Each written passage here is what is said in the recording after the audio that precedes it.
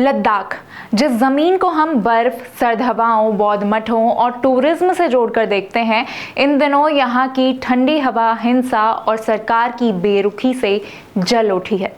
यहाँ हिंसा में 4 लोगों की जान चली गई और बड़ी तादाद में लोग घायल हो गए। वो सोनम वांगचुक जिन्हें कभी बीजेपी समर्थक माना गया, सरकार उन्हें देशद्रोही के तौर पर पेश क्यों कर रही है? क्या ये सच नहीं है कि सरकार अपने वादों से मुकर रही थी? सवाल है कि क्या वाकई 6 अक्टूबर को होने वाली वार्ता में स्टेटहुड और छठी अनुसूची के बारे में बात न करने की शर्त रखी गई थी? सवाल है कि क्या लद्दाख को वास्तव में छठी अनुसूची की जरूरत है?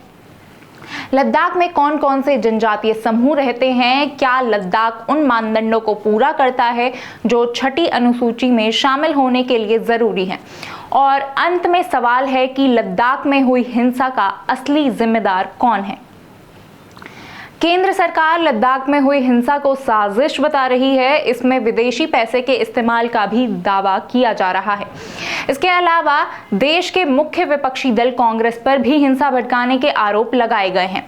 लेकिन जब सिलसिलेवार तथ्यों का विश्लेषण किया जाता है तो पता चलता है कि ये हिंसा अचानक गुस्से का विस्फोट नहीं था, बल्कि ये 6 साल लद्दाख के लोगों के मसलों और आंदोलन को नजरअंदाज करने का परिणाम था।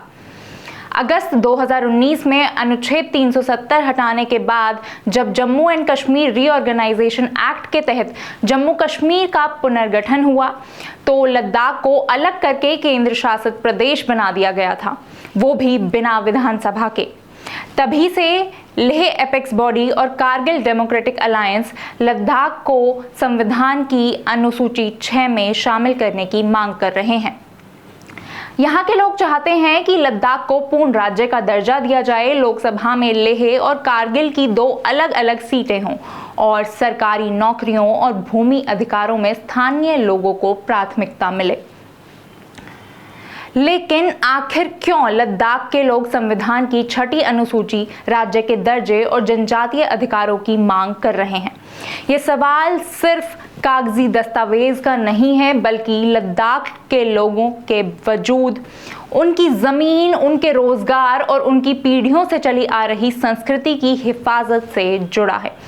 चलिए आगे बढ़ते हैं और जानते हैं कि लद्दाख की जनता के लिए ये मांग इतनी जरूरी क्यों है और उनके लिए इन मांगों के क्या मायने हैं।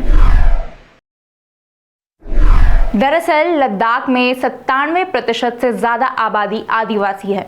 यहाँ मुख्य रूप से बाल्टी, बेड़ा, ब्रोकपा, चांगपा, गारा, मोन और पुरिंगपा जनजाति के लोग रहते हैं।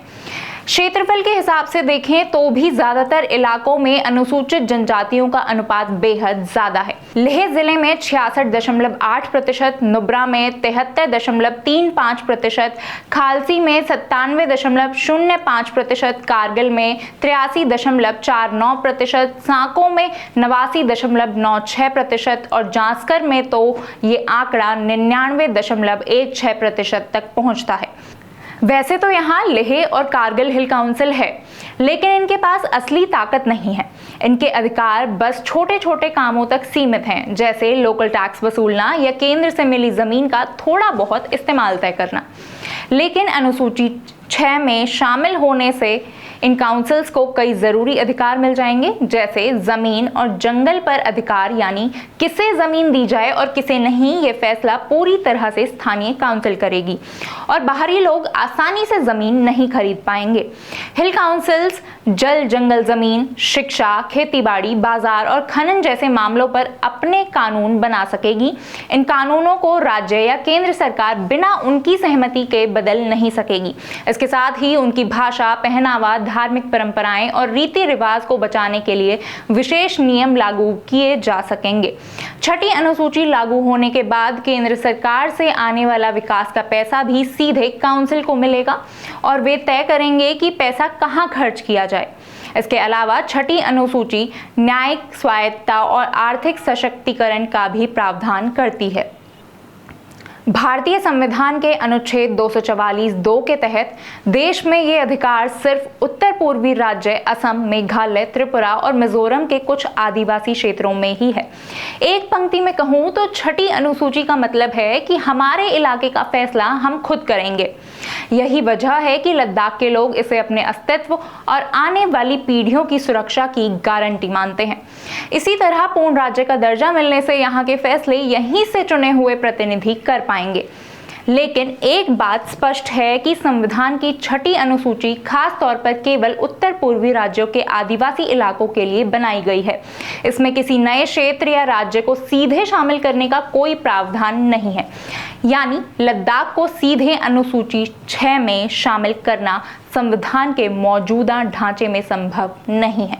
अगर इसे लागू करना है तो इसके लिए संवैधानिक संशोधन करना पड़ेगा।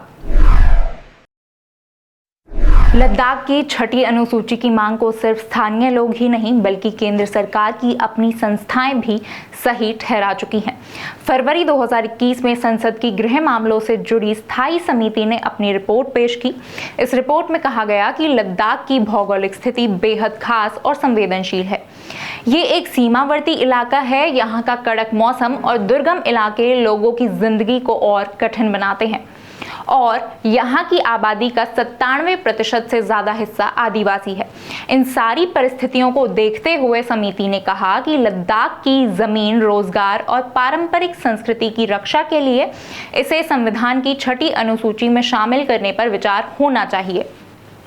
इस पर गृह मंत्रालय ने 2022 में कहा था कि आदिवासी आबादी वाले क्षेत्र को छठी अनुसूची में शामिल करने का उद्देश्य इस क्षेत्र का समावेशी विकास है। लेकिन केंद्रीय शासित प्रदेश का प्रशासन पहले ही इस पहलू को ध्यान में रख रहा है और लद्दाख को पर्याप्त धनराशि दी जा रही है। इसके बाद जनवरी 2023 में राष्ट्रीय अनुसूचित जनजाति आयोग यानी NCST ने भी गृह मंत्रालय को लिखित रूप से सलाह दी थी।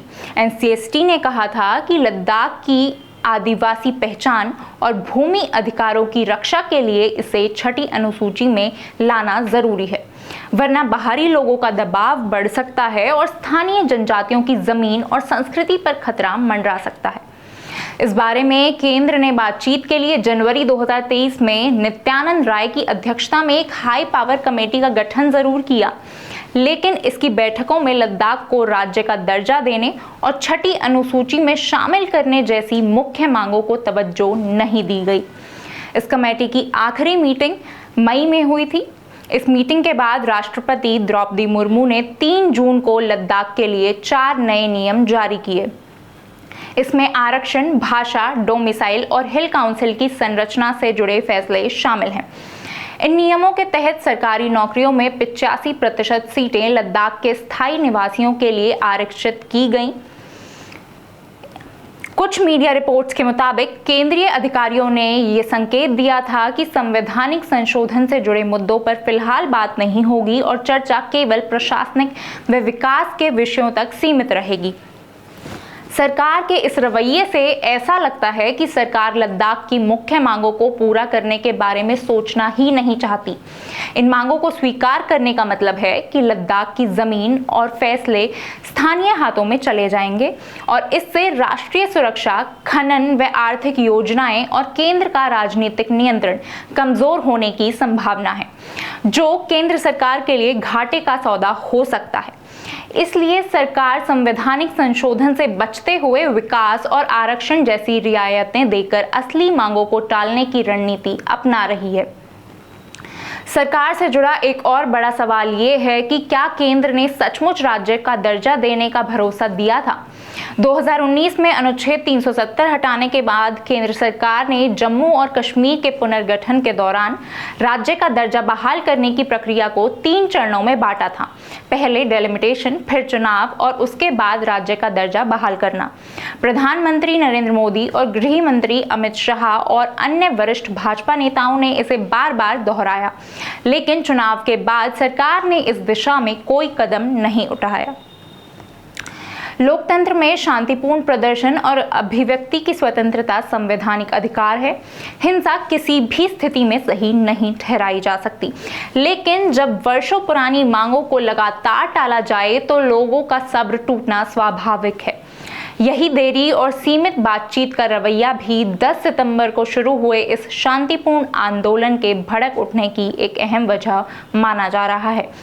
यानी जिस हिंसा के लिए सरकार सोनम वांगचुक और विपक्ष को जिम्मेदार ठहराने की कोशिश कर रही है, वहां यह सवाल भी उतना ही बड़ा है कि क्या सरकार की अनसुनी और देरी के कारण ये माहौल विस्फोटक नहीं बना।